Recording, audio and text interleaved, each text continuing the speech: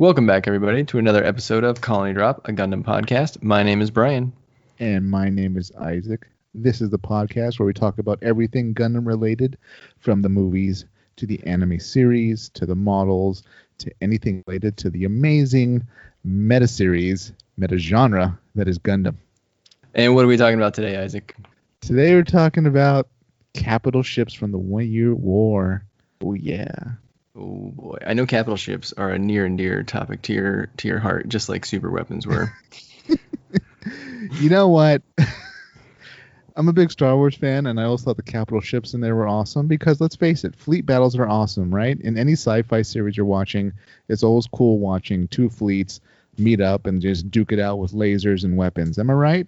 You are right. I mean, that's, I think you get a few different populations of people watching sci-fi, right? You get the people who watch sci-fi where they just want to see, lasers and futuristic technology and people fighting with it. And I think those are the people that really enjoy the capital ship battles. So, yeah, definitely. And Gundam has plenty of capital ship battles and also lots of different types of capital ships. Some sci-fi series you watch and it's like, okay, for example, Star Trek. Oh, I'm about to piss off a lot of Trekkies. But man, a lot of those Federation ships look the same, right? It's a saucer and then they slap two engines on the side, right? And they send it out into battle. Hey man, it works. You don't change what works. I guess you're right, and they do pretty good, right? Because the Federation never gets destroyed.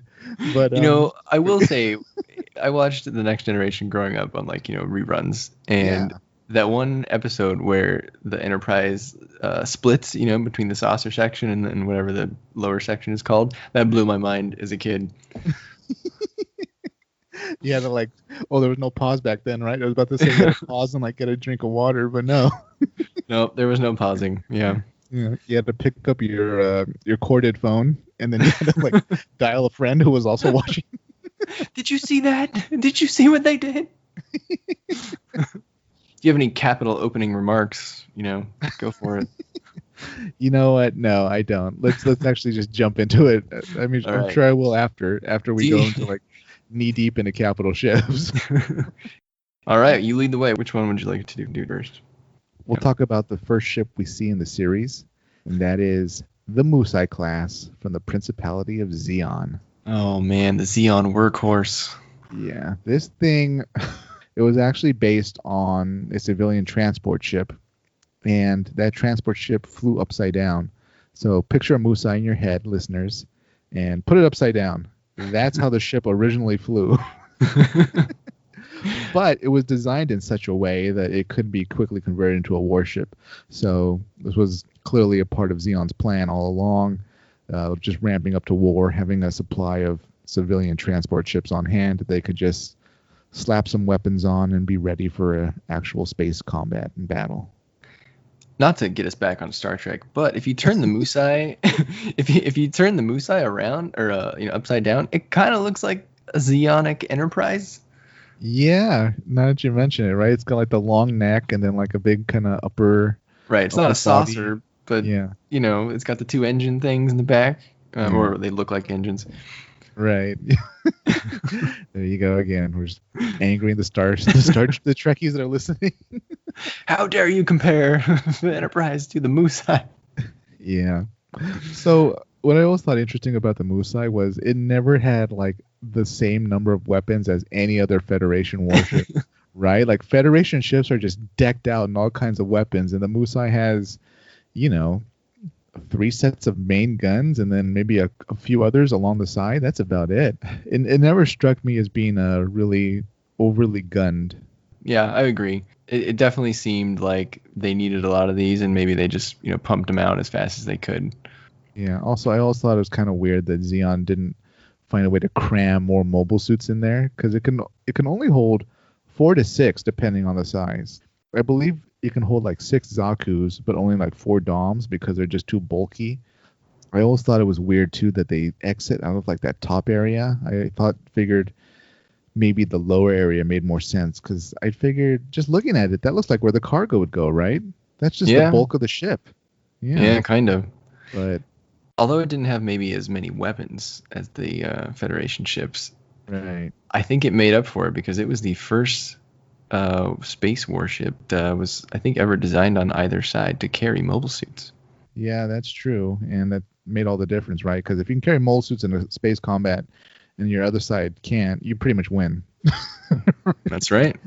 So the Federation would throw out the little space fighters, but a small group of Musai would be able to send out some mobile suits themselves, and make short work of whatever fleet they were fighting.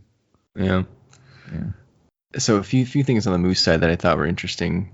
One, in Gundam the Origin, we see Dozel have his own custom Musai. It's called the Valkyrie. And apparently it is 30% larger than a standard Musai. just like Dozel compared to normal men. That's a good point. It also has like a kind of a pointy tower on it and spikes. He wanted extra spikes on his Musai, just like his uniform. Right. Yeah, everything is enlarged. So that was kind of neat. Whenever we get a Gundam series, right? Because they're not necessarily made, they're all not made at the same time. So every time we get a new series, the designs are updated a little bit or changed a little bit to fit the sort of aesthetic of that series. Do you have a favorite version of the Musai? Well, definitely not Char's Musai. I always thought that the little helmet bridge, I thought that was just always silly. I know, Char, he has his own helmet and blah, blah, blah. But I always thought that was silly whenever I saw that flying around. I don't think too much of Dozel's because it kind of reminds me of like the cone heads. Like, wow. Do you remember the? I do remember the cone heads, and now that you say that, that's all I can see is that the one cone head at the top, and that kind of ruins it for me. So thanks. Look, Mr. Conhead, we can't customize your Musai. Conehead, the name is Conehead. All right, anyways. But yeah, in Coneheads, they had like actual capital ships too, and they looked a lot like Dozel's bridge. If you vaguely remember. I do not remember much about the Coneheads at all. But I do like that you are, working your way through the fandoms today. Yeah, Star Trek, Coneheads. We're gonna have a Coneheads podcast. We're gonna have a Coneheads podcast coming up soon. We'll talk about the capital ships of the Coneheads. The one that I actually liked appeared in 0083, and I know that's not the 1 Year War, but hear me out. All those ships that were used by the Dolos fleet and the Shima fleet, they were made in the 1 Year War, so they still count. Right. I like Shima's the Musais in her fleet because they were kind of like a khaki tan color. So I thought that was interesting. Not really something you see. I assume that's the color they painted the fleets for the Gelgoog Marines, and that's the only reason we see them so briefly. Shima's Gelgoog had that khaki color too, so maybe that was just her color, I suppose. Maybe, yeah. But I mean, we never see any other fleets that get customized colors. Well, maybe we do in some side stories I haven't seen yet. But I don't know. I thought it was cool that they made such a big deal about them being, these are Gelgoog Marines. They literally only use Gelgoogs. So I guess it figured that they're going to do special operations and missions, so we might as well paint their Musais a special color. I do like the 0083 one. That one looks the most sinister to me. It's a little curvier than maybe the other ones. Right, yeah. Very they modernized the animation to make it look very much like a piece of military hardware. That makes sense, especially given the time. My favorite is the one from 0080. It's very angular, and I think it looks really evil and a little alien-y. Alien-y. Ooh. Yeah. And before you said the Conehead thing, I would have said second place went to the Valkyrie, but not anymore. What do you think about the whole the Ko-Musai being on the front of the Musai? Because for our uninformed listeners, a Musai has a re-entry capsule, pretty much a shuttle, on the front of the ship. It's literally the bow, like the little pointy nose area. That's able to re-enter Earth's atmosphere. I've never been a big fan of that because for all the times we've seen Zeon, we don't really see it used that often. Maybe it was used in the early days of the war when invaded Earth, but for the most part, that Ko-Musai is almost never used in any episode. Well, it was used. It was used in 8th MS Team, which we just watched for our review last week. That was how they got the Flanagan children off the ship, off the Musai. Right, but It's the only time we see it. It's like in a side story. I feel like, I don't know, was the design plan that, we're going to be going back and forth to Earth, guys. We're going to need these shuttles on every one of our main ships. But in actuality, they don't use it, and they probably should have put something else there, like maybe more weapons, or I don't know, more mobile suits. Yeah, possibly. I mean, I guess it's always a good thing to have like an escape ship, I suppose. The only thing is, yeah, well, the only thing is I wouldn't necessarily put my escape ship at the front of my ship where I'm going to potentially take the most fire. That's true. Yeah, right. Because let's say you're in battle and you're facing off against people, right? You're going to be facing them, right? And your escape craft is going towards the enemy. Yes. Unless it's like Battle Alone, where they did pretty much like they lined up and they fought like old-fashioned sail ships of the line, just shooting at each other's sides. Yeah. Speaking of Origin, I think if you want to see the most Musai action, definitely go watch Gundam: The Origin. Yeah, I think the final episode is pretty much the Musai show, right? Yeah. The beginning is actually pretty awesome too, because you watch like Musai just get wasted. Yeah. That's the intro, like just a fleet of Musai just being destroyed by like Solomons that were being. I guess the gunners on there were were they the ace gunners or something like that, because they did not miss. Yeah, maybe there wasn't as many Minovsky particles back then. Something interesting I read too is that the word Musai translates into witless, as in lacking wit. So yeah, I guess Tomino wanted to kind of poke fun at Zeon's coming defeat by giving them such a distinct name for their main ship. That's funny.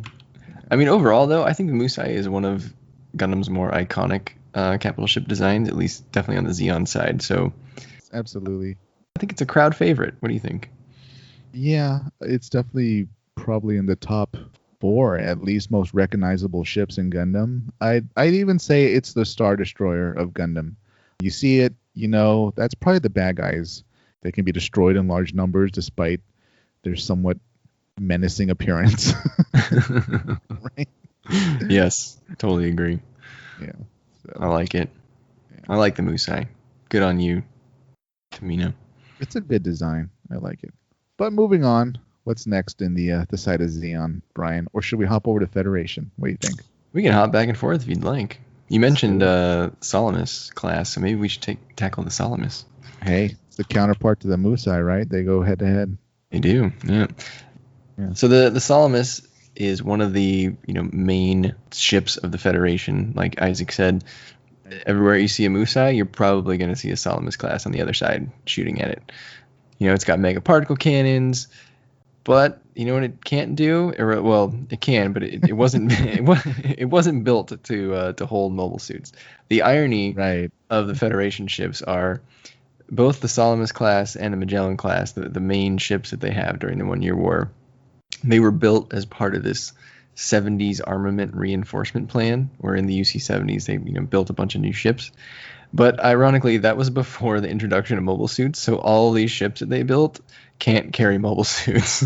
So turns out that's a crappy move when you build all your ships based on a non-modern method of warfare. And they built tons of them. Like, there's thousands of these, possibly, yes. I don't know, tens of thousands. Yeah, there's a lot of these things. Yeah. And but that's I didn't actually know that before researching this episode is that's the reason why you always see all the GMs stacked on the outside is because there's no room for them on the inside, because that's not how the ships are built. Yeah, I thought that was kind of implied, because like the Pegasus class was literally their first carrier dedicated for mobile suits. So you know me, yeah. I'm not big on subtlety. Yeah. Oh God, can you imagine like? So you think the GM pilots are all like just looking at, I guess, their memos or their notes, their assignments, and just hoping that they're assigned to an actual carrier and not like a Solomons, that like their GM won't have to just hold on to like a welded handle on the side of a Solomons. Yeah, totally. Because at least if you're on, like, okay, first of all, I guess if you're a gym pilot, you're probably gonna die. Like, you have a good chance of maybe not making it, given that the gym's not the best thing. Brian, there's safety in numbers. Right. I guess. To an But extent. you know, a little shrapnel and those things go down. So, like you said, if you get assigned to a Pegasus class, you at least have a somewhat of a chance to survive while you're just waiting for the battle because your gym is actually in the ship. But yeah, if you have to sit on a Salamis or a Magellan, you could be like melted by an accidental, mega particle cannon firing near you without even going into battle. So that would be pretty crappy. Yeah. From what I read, it also obviously made supplying and repairing GMs very difficult in battle. I mean, how would that even work, right? You'd have to have the GM land on the Salamis, grab its little handle, and then hope another carrier's nearby with balls that can resupply it or something like that, right? Like swap out its... Yeah, you can't take him into there's no bay to take him into. Maybe the idea is you just don't need to repair the gyms. You have so many that if they get damaged, then that's it. You're done. Like, that was your one shot, and you just kind of abandon ship, abandon your gym, and either go back to your crappy Salamis, or you just kind of float around and wait for the battle to be over and someone to pick you up later. That's a terrible way to run the war. Yeah, and also the pilots, right? The pilots would pretty much, I assume they're on the Salamis that their GM is strapped to. Yeah. So to get into your GM, do you just, they open an airlock and line up the pilots and just crawl along the hull, hold this rope or whatever, and get to your Salamis? Yeah, that's a good question. I mean, I guess at least they have those jetpacks, they can fly over. Yeah. But yeah, it doesn't seem very efficient. No, the Federation's so lucky they won. Do you think whoever designed the Salamis and the Magellan got fired? Like, once the Zaku's came on the scene, and then they realized that they spent all this money on these ships that can't carry mobile suits? Well, maybe the person that approved it approved the mass production of thousands or tens of thousands of these ships. Maybe they got fired, or I don't know, demoted or something. But the designers, I mean, they made a really good warship, I think, if you were fighting like just ship to ship combat. Because sure. The Salamis is just covered in weapons.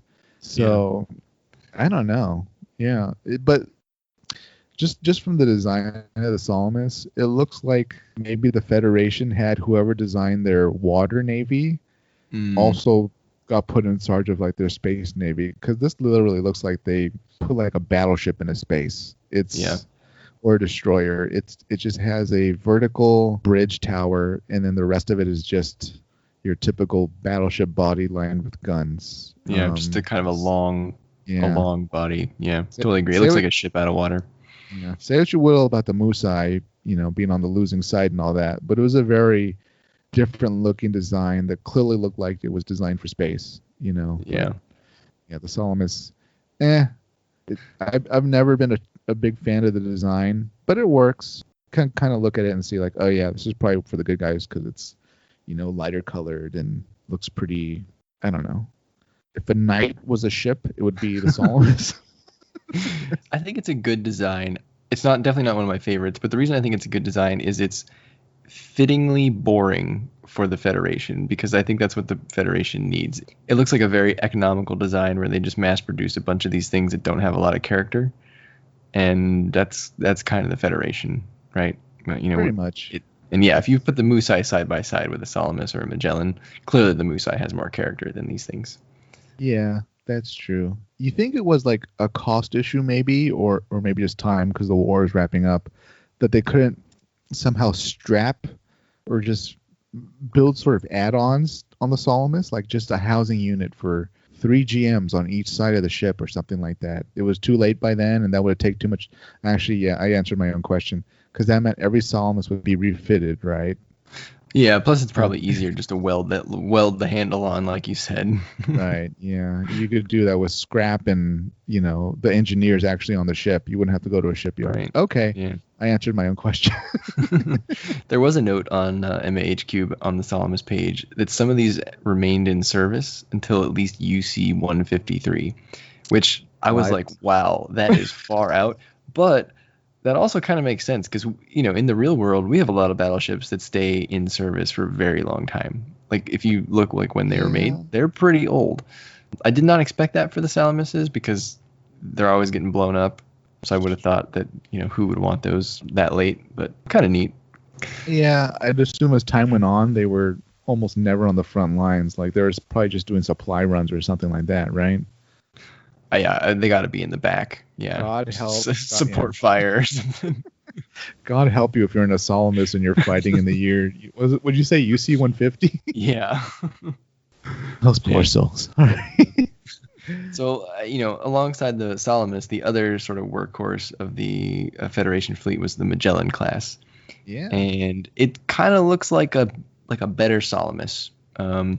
If you're not super familiar with the designs and you've only maybe watched one or two Gundam series, you probably wouldn't know the difference if it was just in a fast-paced battle. They kind of look almost the same to an untrained eye or someone who hasn't watched quite a bit of Gundam. The Magellan is kind of just the better version of the Salamis. I think it has like one more like megaparticle cannon, and I think the only really thing that I thought was notable about the Magellan versus the Salamis. I mean, everything kind of still, all the same comments kind of still apply in my opinion. But General Rebel's flagship was a Magellan class, the Ananke. Am I saying that right? I think it was called the Ananke or something. Pronounced somehow. Yeah. Ananke. Word of advice: anyone in the military that's in charge of naming ships, it has to be something we can say. Like, you don't rely on just text, because there's different ways to pronounce things. So. Yeah. Unfortunately for him, in the Origin, his flagship was destroyed by the Black Tri-Stars, and he was captured. If a Salamis is like a destroyer, then the Magellan's a battleship. So it's definitely a few classes bigger than it. Kind of a cheat way to tell the difference is if you look at the bow of a Salamis, it's vertical. And if you look at a Magellan, it gets kind of flat. I think that's actually more of a smart design because the Magellan has these two big guns right in the front. So I think that gives it way more coverage. But overall, it's bigger. If you were bullying the Salamis, then the big brother, the Magellan, would probably show up and fight you and beat you. So that's a good way to look at it. We actually see the Magellan in the first episode. I forgot the officer's name that talking to Amuro a lot, but he's like, oh, we're going to send out the Magellan or something and slap around the Zeon. But I think it actually gets destroyed if I remember correctly, or at least heavily damaged. No, I think it gets destroyed. But do you remember the Magellans all being green? No, I thought they were blue and gray, kind of like the Salamises. The only green one that I'm aware of is the ones in Mobile Suit Gundam Igloo kind of have like a gray tinge on them, I guess. Maybe that's just more the animation style. It's like CG, But all the other ones I thought were like a bluish gray.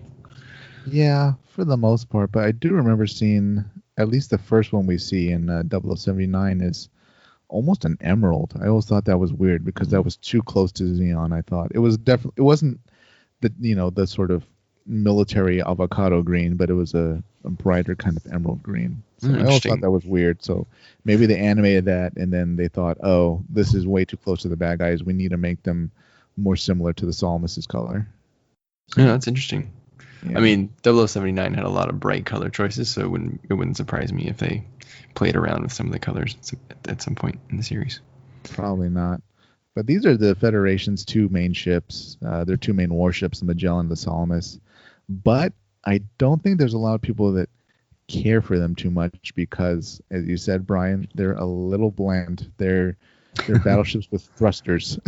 Yeah.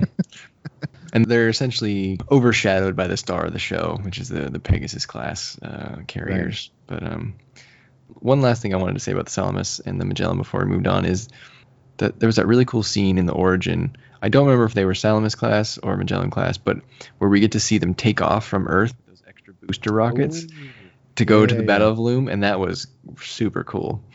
Right. Sky was covered in them, right? Yeah, that was really neat.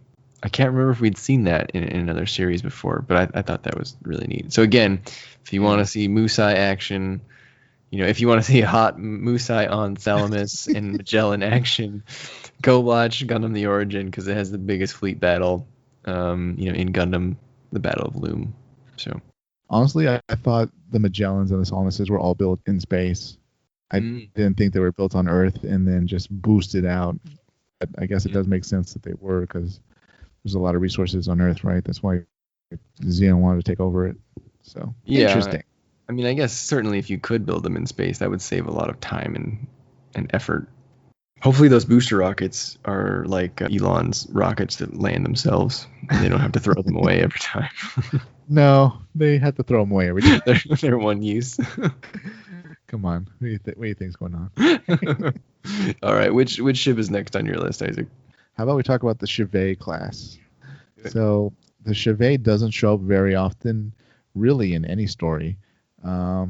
We do see it very briefly near the end of the 1 Year War in 0079. What happens is there's an admiral and he fights the Gundam with fleet that uses Chivvay class heavy space cruisers, and they get destroyed, of course. I don't really have too much to say about this ship other than that it almost feels like a ship that has no purpose, right? Because why build this? It's not big enough like a Guazine.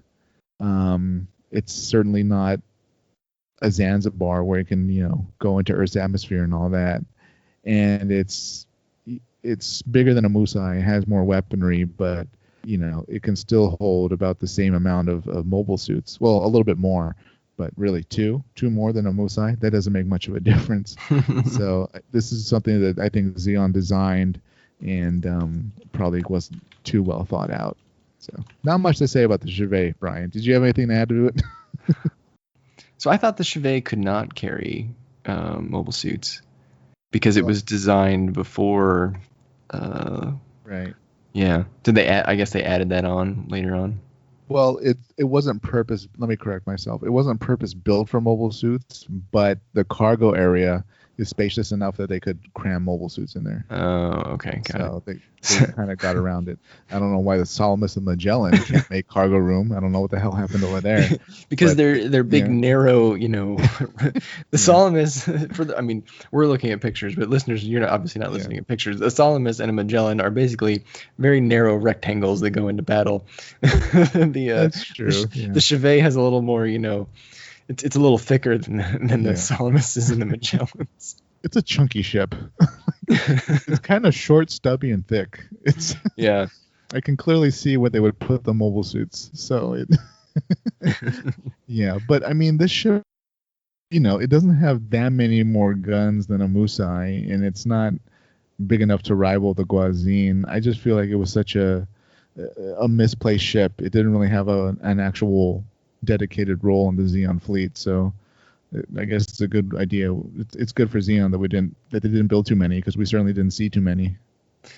Yeah. It was the precursor to the Musai, and once you needed mobile suits, I think the Musai won out. So that's why you see a lot more than the Chivvay. But they're kind of neat looking. They're very I don't know, it just reminds me of like a bug for some reason. Yeah. Definitely an evil Xeon look for the 1979 or 1980. I could see that. Yeah, I don't know. I wish maybe we saw them more often in Musai fleets. Like you'd know that was always the admiral's ship or something like that. But, maybe it was too much to animate. It's so much easier just to recycle Musai animation for the, for the production team. All right, next up.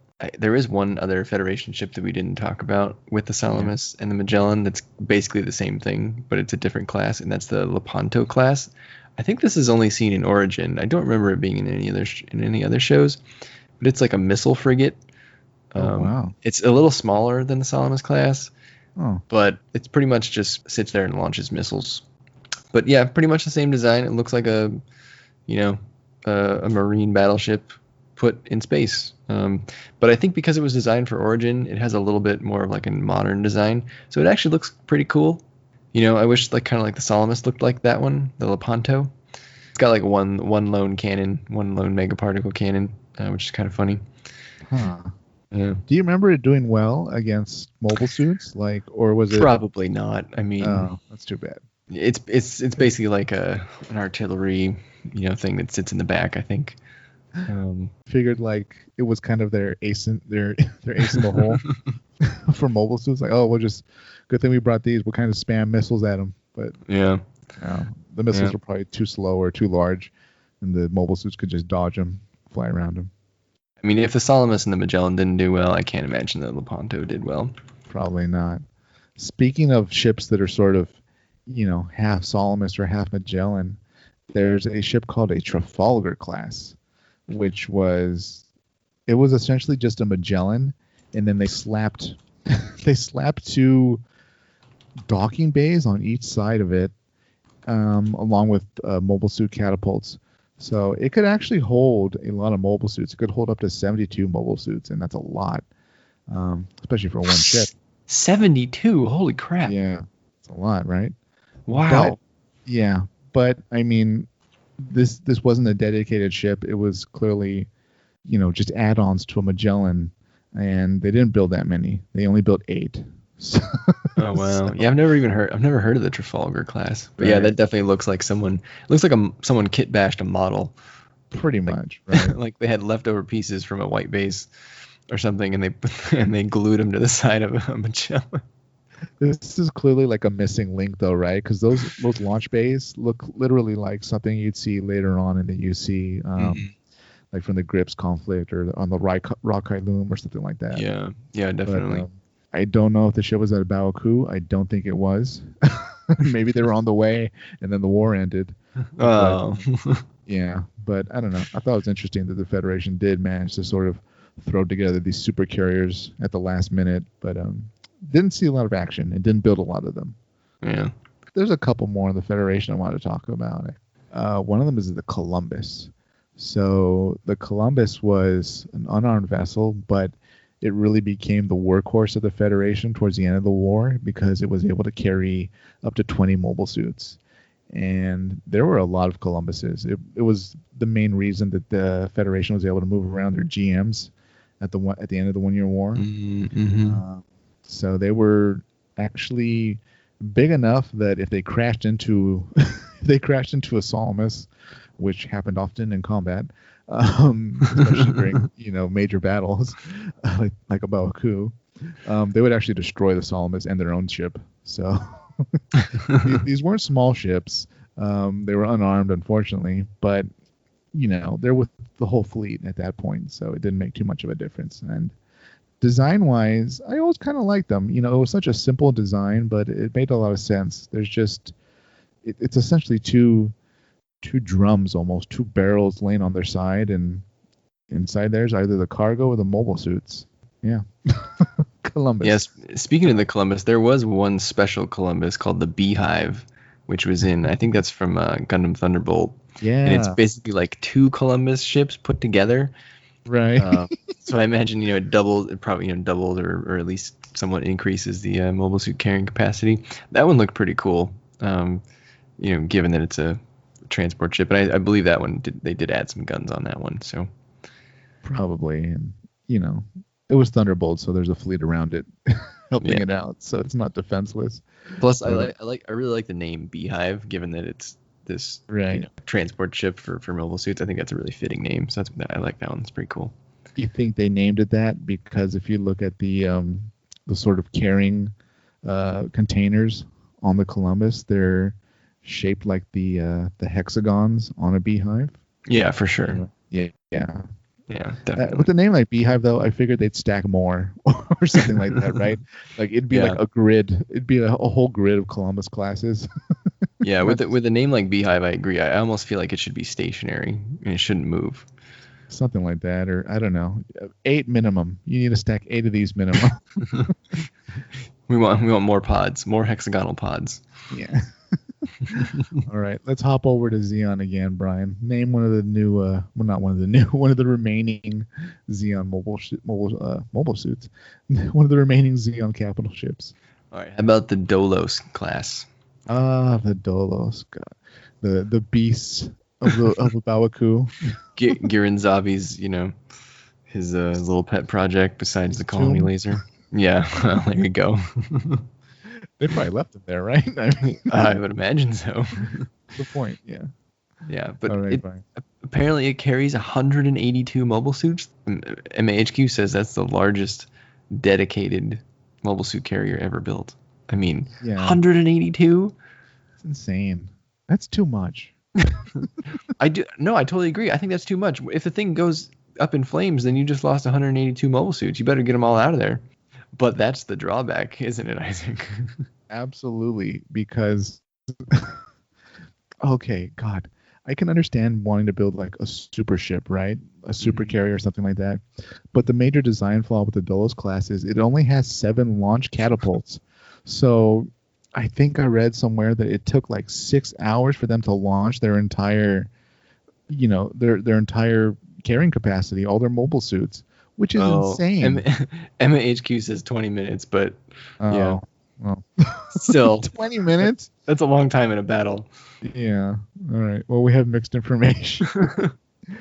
But anyways, actually 2 of these ships were built, and they were ironically both destroyed at the same battle. So if the guy who approved the Salamis class and the Magellan class got fired, and whoever only designed 7 catapults into the Dolos class for Gihren probably got executed. Maybe. Oh no, he sneaked by because of the coup. The Republic of Xeon gets formed, right? So I assume he was fine. Actually, maybe he got sent to the Federation they probably wanted to recruit him to design ships or something. But yeah, I can't see how you build this giant ship to do the one thing and then you screw up the door for that one thing. Yeah. You know what? I'm going to say Gihren was involved in this because only his arrogance would create something like this. Instead of building however many Musais we could have built and had a much more flexible fleet, he wanted just 2 super carriers that just easily become the main targets of the enemy fleet, and yeah, they just were destroyed. Yeah. I think they were destroyed within 30 minutes of each other. Sad. Yeah. In their defense though, yes, they were able to hold a lot. Great engineering, and I think they also had like the longest range megaparticle beam cannons in the war. Yeah, this really reminds. I mean, you're a World War II guy. This really reminds me of. Do you know what the Tirpitz is? Yeah, wasn't that a battleship? Yeah, it was this enormous battleship that Germany had built during World War II. The Allies were so not afraid of it, but they knew that they had to like take this thing out, and they figured out where it was because there was only one dock big enough to like dock the Tirpitz.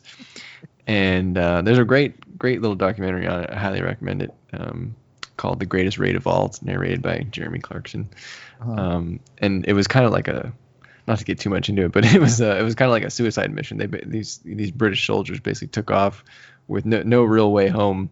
And their goal was to blow up the dock because the thought was, well, if that's the only place that the Tirpitz can dock, and you blow it up, then the Tirpitz is screwed, and it all worked out in the end. But I wonder if the Dolos is somewhat inspired by the Tirpitz or a similar, huge ship from World War II, given the other World War II parallels from the 1 Year War.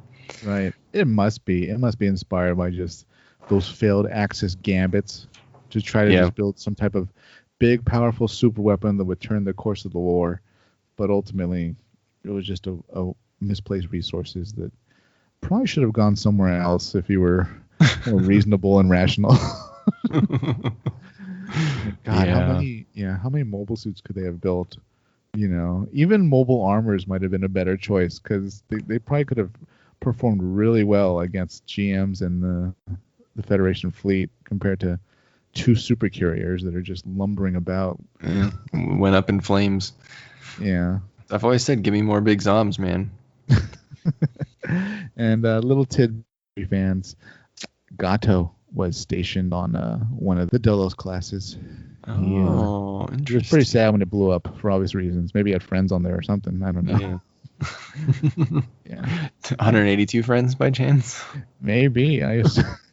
Let's be honest. There's no way he knew every other pilot there. And we're going to cut it there for this episode. Next week, we'll continue our rundown of capital ships from the 1 Year War, including the Great Degwin and the Pegasus class. Please like, comment, and subscribe. You can find us wherever you get your podcasts and on Twitter @ColonyDropcast. As always, keep those Minovsky reactors warm, stay safe, and have a great week, everybody.